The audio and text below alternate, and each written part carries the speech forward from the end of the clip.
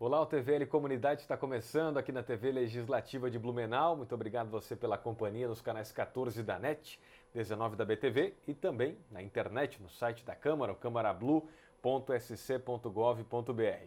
A gente começa a comunidade dessa semana conversando com o Dr. Tiago Bodanese, que é médico cirurgião plástico, para falar dos cuidados que você deve ter na hora de fazer uma cirurgia plástica depois de tanta repercussão que teve aí com alguns casos, né, de pessoas que tiveram graves problemas, até morte, né, por causa de cirurgia plástica, médicos presos, enfim.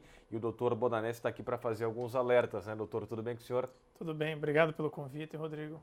É um prazer estar aqui. Bom, a notícia do Dr. Bumbum, lá, que ficou mais conhecido do Rio de Janeiro, já faz um tempinho, né, doutor? Mas outros casos foram aparecendo e vocês recentemente, inclusive, da Sociedade Brasileira de Cirurgia Plástica, fizeram um levantamento que aponta aí um número extremamente preocupante, né, doutor?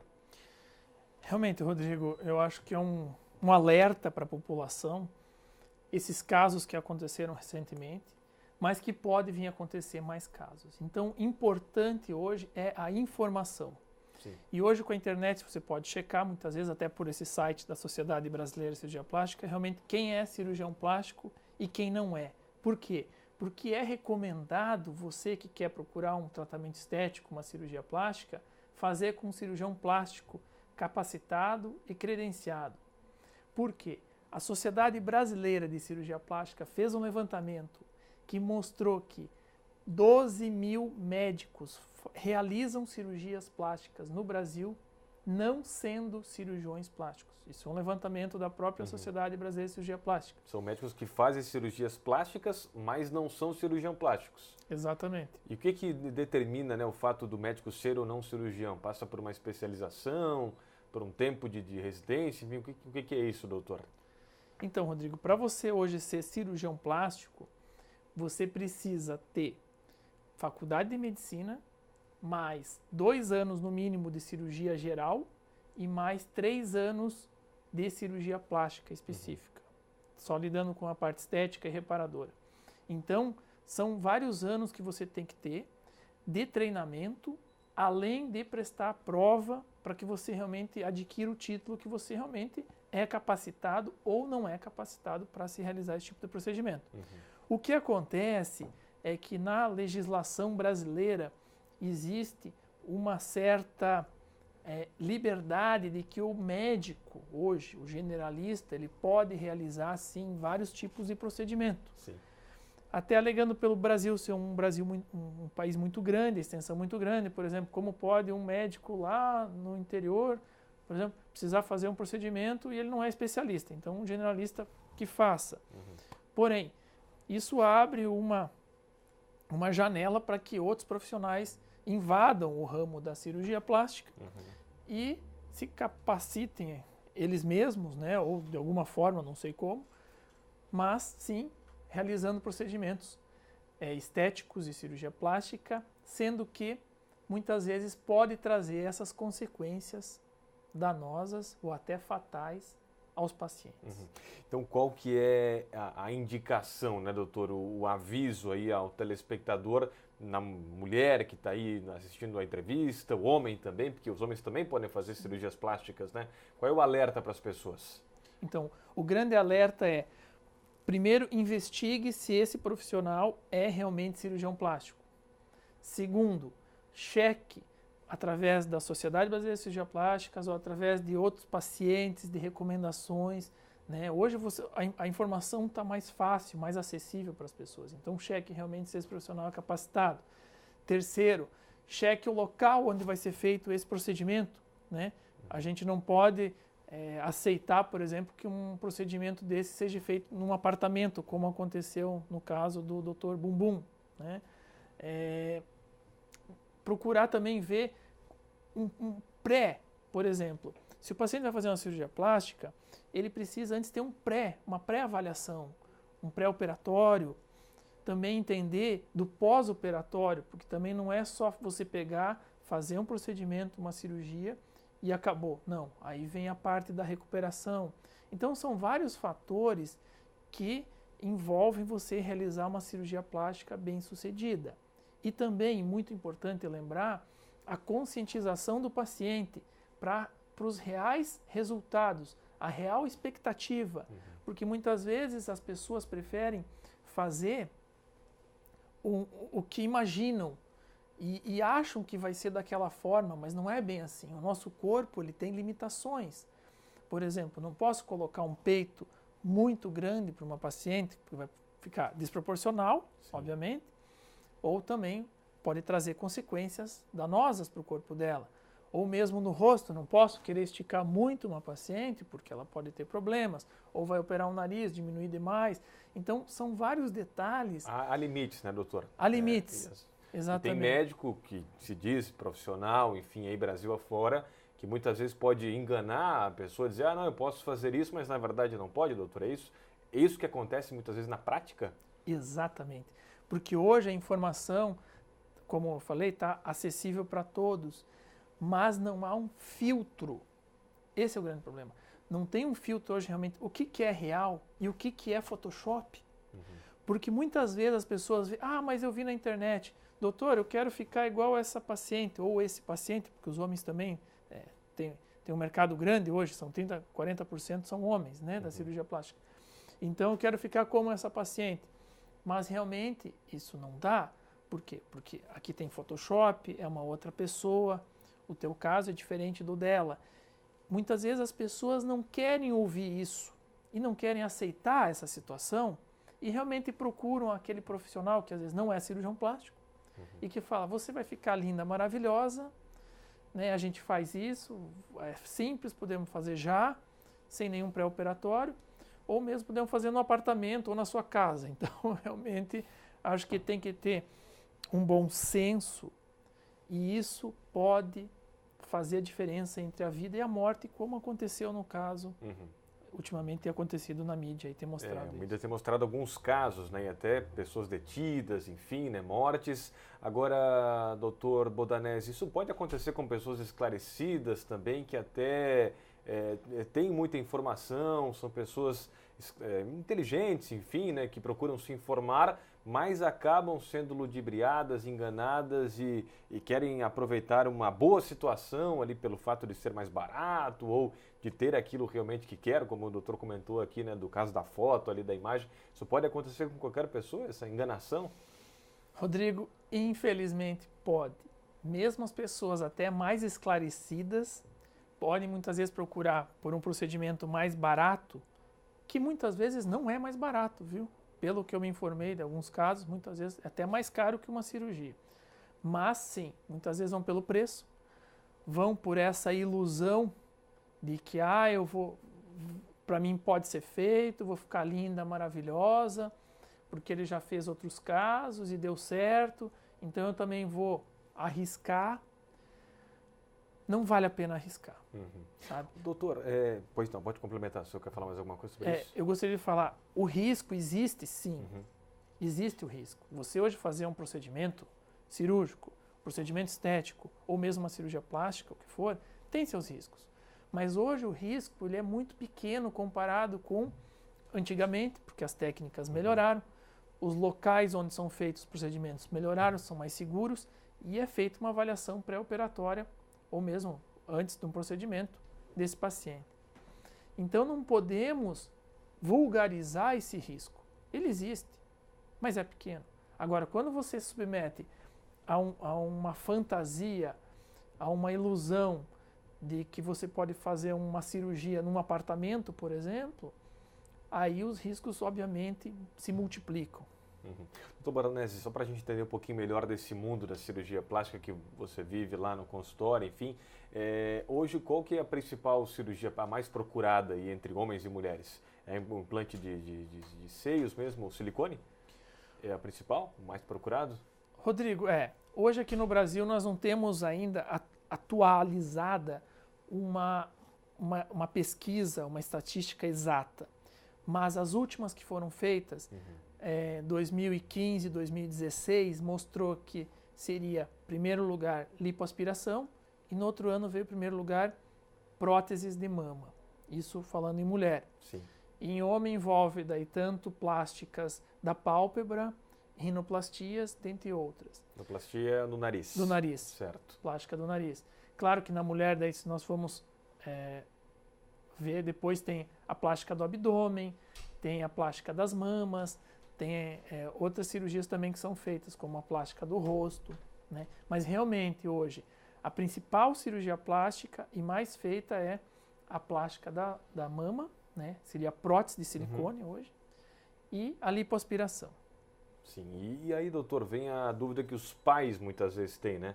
Aí tem a filha lá que está crescendo, está se desenvolvendo, e a filha vê as meninas, né, mais já de 20 e poucos anos, e a filha quer colocar o silicone. Como é que o pai pode lidar com uma situação dessa? Que tem uma idade, a partir de que idade que a menina pode colocar, por exemplo, silicone? Existe isso ou não?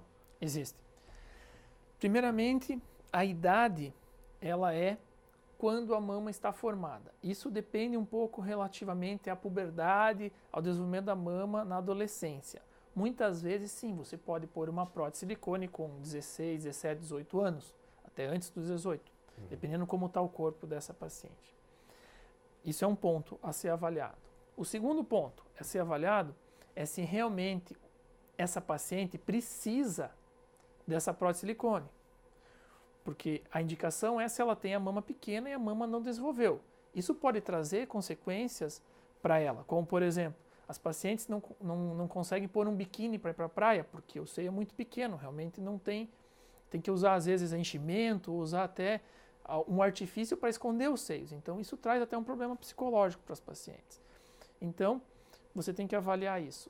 Terceiro, você tem que avaliar se ela está consciente do que ela vai fazer e se os pais autorizam se ela for de menor. Se ela for de maior, ela pode assinar por ela mesma, porém ela tem que estar consciente realmente do que ela vai fazer, dos cuidados, de que a prótese deve ser trocada a partir de um tempo, que isso tem que ser avaliado, conversado com o seu médico. Né? Então, são vários fatores, não é só por causa que está na moda você colocar prótese. Ah, minha amiga pôs prótese, eu quero pôr prótese de silicone também. Não é assim que funciona. A gente tem que avaliar, tem que ver cada caso, até porque tem pacientes que têm doenças. Por exemplo, a síndrome de Poland é uma ausência do desenvolvimento da mama e realmente a paciente pode nascer sem a ausência, muitas vezes até da musculatura e precisa de uma prótese. Ou mesmo se a paciente tem câncer de mama, que teve que remover a mama e precisa pôr uma prótese. Sim. Então, a prótese de silicone ela não é só estética, ela também é, em alguns casos, reparadora. Então, cada caso tem que ser individualizado. A gente não pode entrar no modismo. Não há um geral, né? Tem as especificidades, né? Doutor, e tem algum número que mostra sobre problemas em que aparecem nas cirurgias, uma média, se é 5%, 1% ou 0, alguma coisa por cento que dá de problema em cirurgias plásticas? Sim.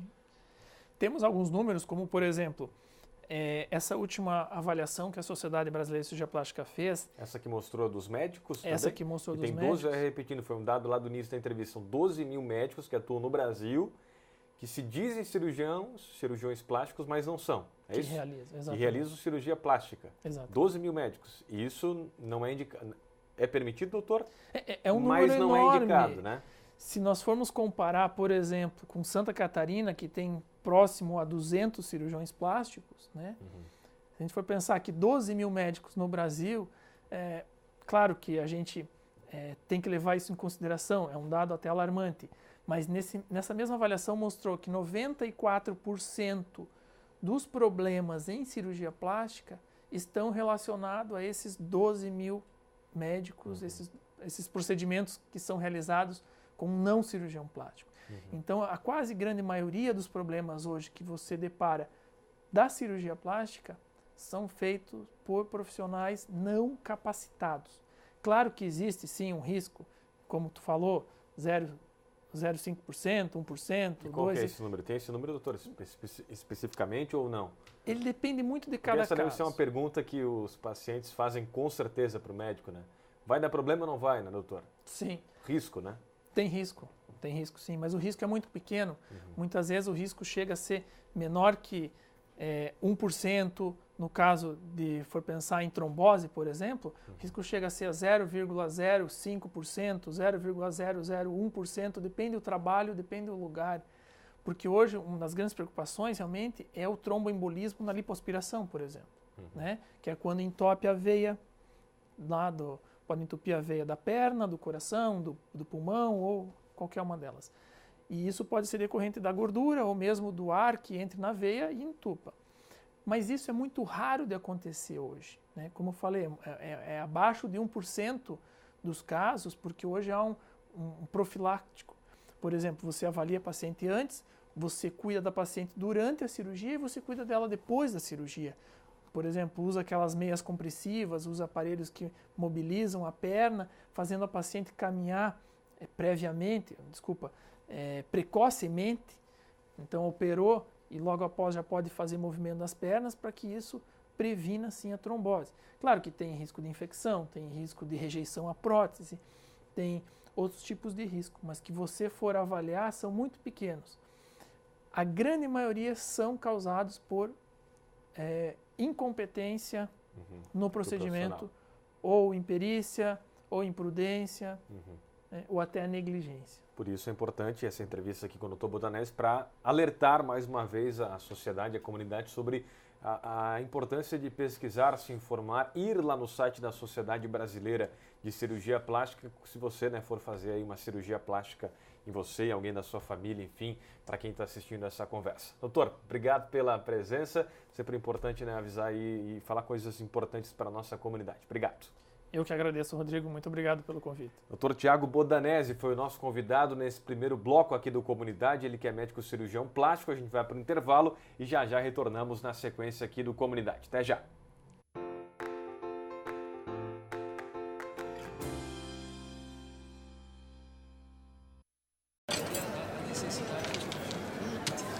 Hoje pode deixar que a conta é minha. Tá, mas você não vai dar nenhuma conferida? A Câmara de Vereadores de Blumenau tem um compromisso com a cidadania e sabe da importância de parar e conferir suas contas. No portal da Transparência, a Câmara disponibiliza informações sobre a gestão de seus recursos para a comunidade. É isso aí, você tem toda a razão. Exerça sua cidadania, fiscalize. Câmara de Vereadores. Independência e transparência cada vez mais perto de você.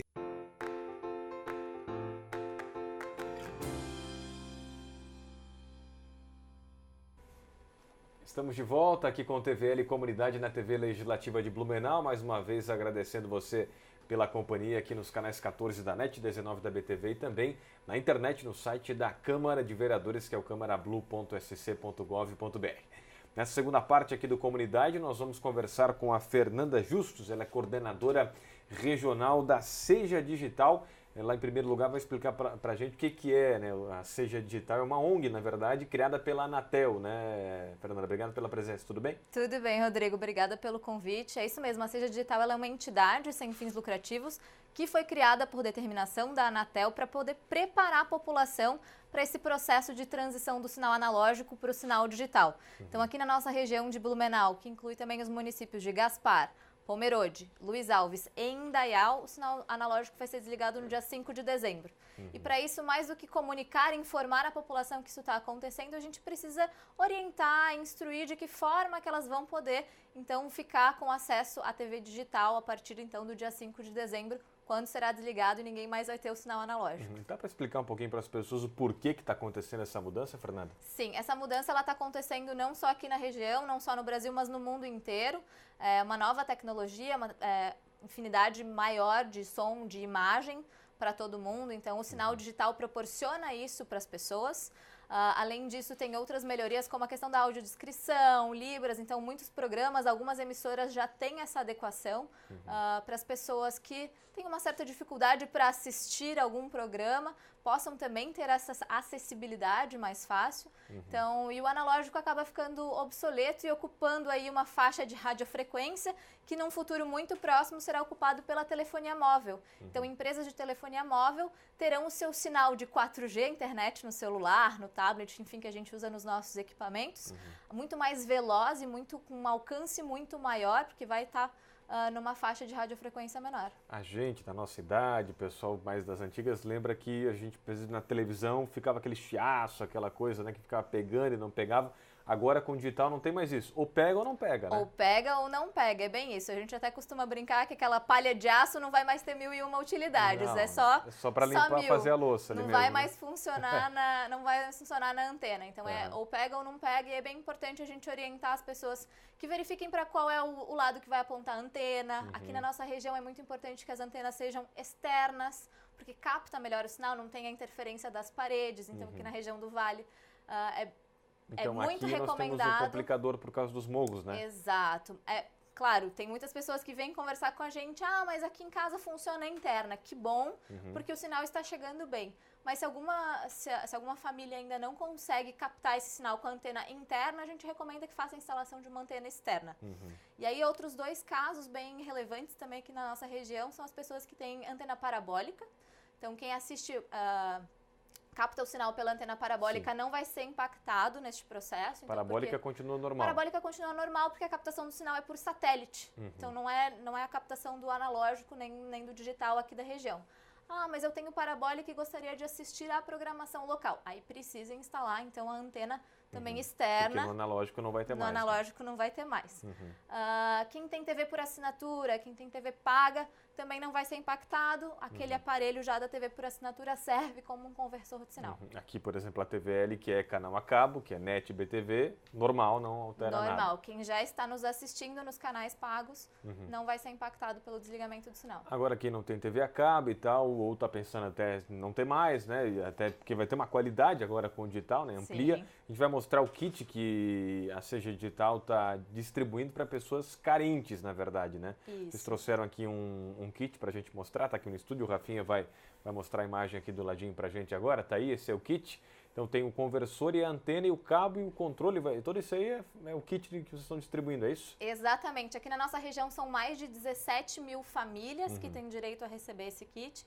Então, quem quer saber se tem direito a receber esse kit de forma gratuita, entre em contato com a CG Digital. Nós temos 2 canais de atendimento, que é o 147, o telefone gratuito da CG Digital. Quer ir ali, deixa eu te interromper, Rafinha, não quer ir ali do ladinho e mostrando pra gente? Vai ali, não precisa, não sei se você quer aparecer também, mas se quiser pode ser, não faz mal. Nosso garoto propaganda aí do kit digital.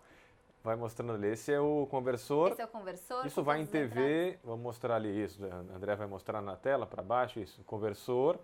E esse vai em TVs abaixo de ano 2010. Então, todos os televisores de tubo, quem tem aquela TVzinha de tubo mais gordinha, vai precisar com certeza do conversor. Sim. Quem tem TV de tela plana e essa TV for mais antiga, anterior a 2010, também vai precisar do conversor e da antena. Então, ali a essa que o antena Rafa vem tá com... mostrando aí. Isso. É uma antena que vem com... Essa vai na com televisão todos os encaixes. interna. Essa vai, o cabo branquinho, que é o cabo coaxial, encaixa ali atrás do conversor. E o outro cabo ali na ponta da antena. Aí vai esse cabinho aí Vai junto esse também. cabo coaxial, são 5 metros de cabo. Vai o controle remoto, vai pilha para o controle remoto, 100% completo para a pessoa chegar em casa e instalar. 17 mil famílias estão recebendo esse São material. mais de 17 mil famílias aqui na região. A gente já começou os agendamentos para as famílias poderem retirar, irem buscar o equipamento. Então, podem entrar em contato com a CG Digital pelo telefone 147. A ligação é gratuita, funciona o telefone fixo do celular, do orelhão também. Se alguém encontrar algum orelhão pela rua, também vai funcionar. Ou pelo site sejadigital.com.br. A gente tem atendimentos também durante a semana nos CRAS, no Centro de Referência de Assistência Social, em parceria com as Secretarias de Desenvolvimento Social e Assistência Social aqui em Blumenau, Gaspar e Indaial. Temos um cronograma de atendimento também nestes espaços. E é bom lembrar, o pessoal que está assistindo a TVL aqui, a gente até está nesse processo, né, de transformação da própria TV Legislativa, a TVA, a TV Assembleia, vai para o digital, né? Há esse processo em andamento. Para quem está assistindo, o telespectador deve estar se perguntando, mas e a TVL, quando é que vai ser canal aberto, digital? Também está em processo. Nós, né, aqui que trabalhamos aqui, toda a direção, enfim, a Câmara, esperamos que seja o quanto antes para que também você, né, tenha esse acesso aí gratuito, não só pago hoje como é na TV a cabo, Quando a TVL virar no digital, né, TV pública aberta no sinal, aí também vai ter que ter o conversor para assistir, né, Também Fernanda? vai ter que ter o conversor para assistir. Então, quem quiser ter qualidade de som e imagem, tanto para a TVL quanto para as outras emissoras, vai precisar do conversor e da antena digital. E aí pega o 3, por exemplo, 3 ponto alguma coisa, 4 ponto alguma coisa. É sempre ponto 1. Sempre a gente tem a sabe. pontuação. 3.0 e aí tem as divisões e assim por diante, é isso? Na verdade, é o número inicial do canal, ponto 1. Sempre que for ponto 1, significa que é digital. Então, Sim. quem ainda assiste, por exemplo, no 10, no 12, no 15, ainda não está assistindo digital. Mas se assiste no 10.1, 15.1, 20.1, seja o número inicial que for, já está no digital. E já percebe pela qualidade também, né? Há uma diferença muito grande, né, do analógico para o digital, não tem problema. A diferença é muito perceptível, né? De muito qualidade da perceptível. imagem, enfim, né? As cores e tudo mais, né? Exatamente. A gente faz até algumas simulações nos nossos eventos que a gente participa. A gente leva um televisor analógico, um televisor digital, ambos de tubo, um com conversor e outro sem conversor, para a pessoa conseguir visualizar essa diferença. Porque muitas vezes você fica, mas a qualidade é só um pouquinho. Não, ela é muito melhor, é muito superior, tanto a imagem quanto o som. O som não vem com aquele chiado, não vem com barulho, não vem com ruído. É muito melhor tanto o som quanto a imagem. Então, a partir do dia 5 de dezembro, acabou o sinal analógico aqui na região também. 100% da população digital, a gente espera conseguir atender todas essas famílias que têm direito. Quem entrar em contato conosco, verificar e não tem direito, precisa ir no comércio comprar. Então, a gente não tem nenhuma parceria comercial com nenhum estabelecimento, mas a gente recomenda que faça uma pesquisa de preços, porque tem preços diferenciados aí, tanto do conversor quanto da antena. E é importante lembrar que precisa de um aparelho conversor por televisor. Então, eu tenho 3 TVs de tubo em casa, precisa de um conversor por TV. Tá. Mas 3 a kits, antena, no caso. não, na verdade não são 3 kits, são 3 conversores e uma antena. Ok. A antena faz a captação e distribui para os televisores. Mas aí cada TV precisa ter um equipamento, assim como na TV por assinatura, que a gente tem os pontos diferentes, na TV digital também. Cada televisor analógico vai precisar de um equipamento de conversor de sinal. Só uma última pergunta, Fernanda. Famílias carentes, a gente falou aqui durante a entrevista, mas há uma renda? Como é que vocês definiram essa questão da carência? Né? A nível nacional, a gente definiu que pessoas que são cadastradas no CAD único da assistência social, então quem tem o número do NIS, que é o número de identificação social, são famílias de baixa renda que recebem até 3 salários mínimos de renda familiar ou de meio salário mínimo per capita. Aí entra nesse kit. Entra neste perfil para receber o kit gratuito.